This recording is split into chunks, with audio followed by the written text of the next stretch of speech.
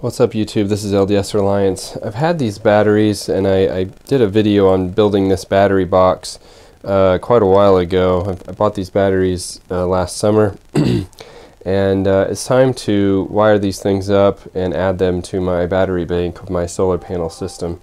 So today I wanted to show a video, just kind of I'm not going to do absolutely every step by step, but kind of show you what I'm doing to add these batteries in and how you wire up a battery bank, and yeah, and what kind of tools and so forth that you need to do this.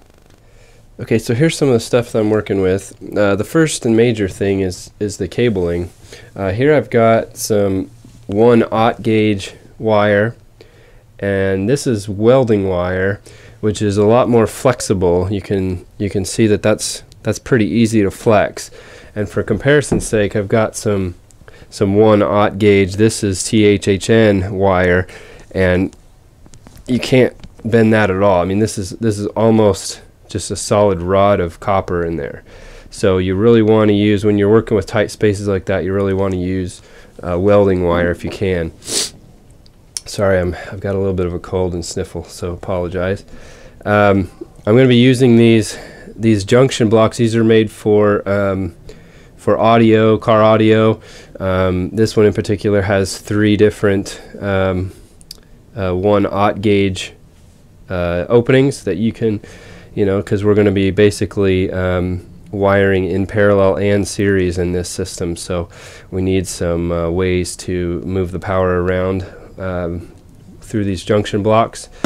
In order to cut the cable, I've got some some cutters, cable cutters. You're not going to be able to cut this very easily without the right tool. This provides some good leverage down on big heavy gauge wire. In order to, well, let's see, I've got these battery lugs, battery terminals, and in order to crimp these down on the ends, I mean these are heavy duty, so this tool here, you put the connector down in there like that, and then you smack the top of it with a little sledgehammer or hammer, and it'll crimp that down for you and lock it onto that wire. So the main idea, like I said, these are 12-volt batteries. There's 4 of them, so I need, in my solar panel system, if you don't already know, is 24 volt. So basically I need to connect these 2 batteries in series, these 2 batteries in series, and then wire these 2 strings in parallel and then on to my charge controller.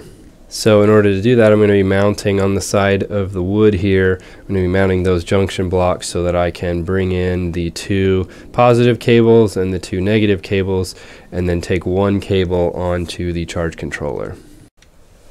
Okay, so now I have these 2 strings wired in series. As you can see, the negative terminal of one battery is connected to the positive terminal of the next battery, and then repeated on this side. So these 2 batteries are now producing 24 volts if you measure off of the positive and the negative terminal, and same with this one. So the next thing that we need to do in order to wire these in parallel is bring the 2 negative terminals together, combine them, and bring the 2 positive terminals together and combine them, and then the resulting combination on each side can then proceed over to the charge controller. Okay, so we're done wiring this up. I'll zoom out a little bit so you can see. So we had the series wires in before, and what I did was I took the positive terminals, brought them into one of the junction points right here, and took the negative terminals on each string and combined them into this junction panel, or junction box, whatever you want to call it. So basically all I need to do is take 1 wire from here and wire it into my charge controller, and that'll be the positive wire, and then 1 wire cable from there into the charge controller as the negative wire, and then I've got 2 strings of 2 12-volt batteries apiece to make 24 volts. So that does it for this video. Hopefully that makes sense to you guys. If you have any questions, let me know. I'm always happy to answer your comments. And thanks for watching.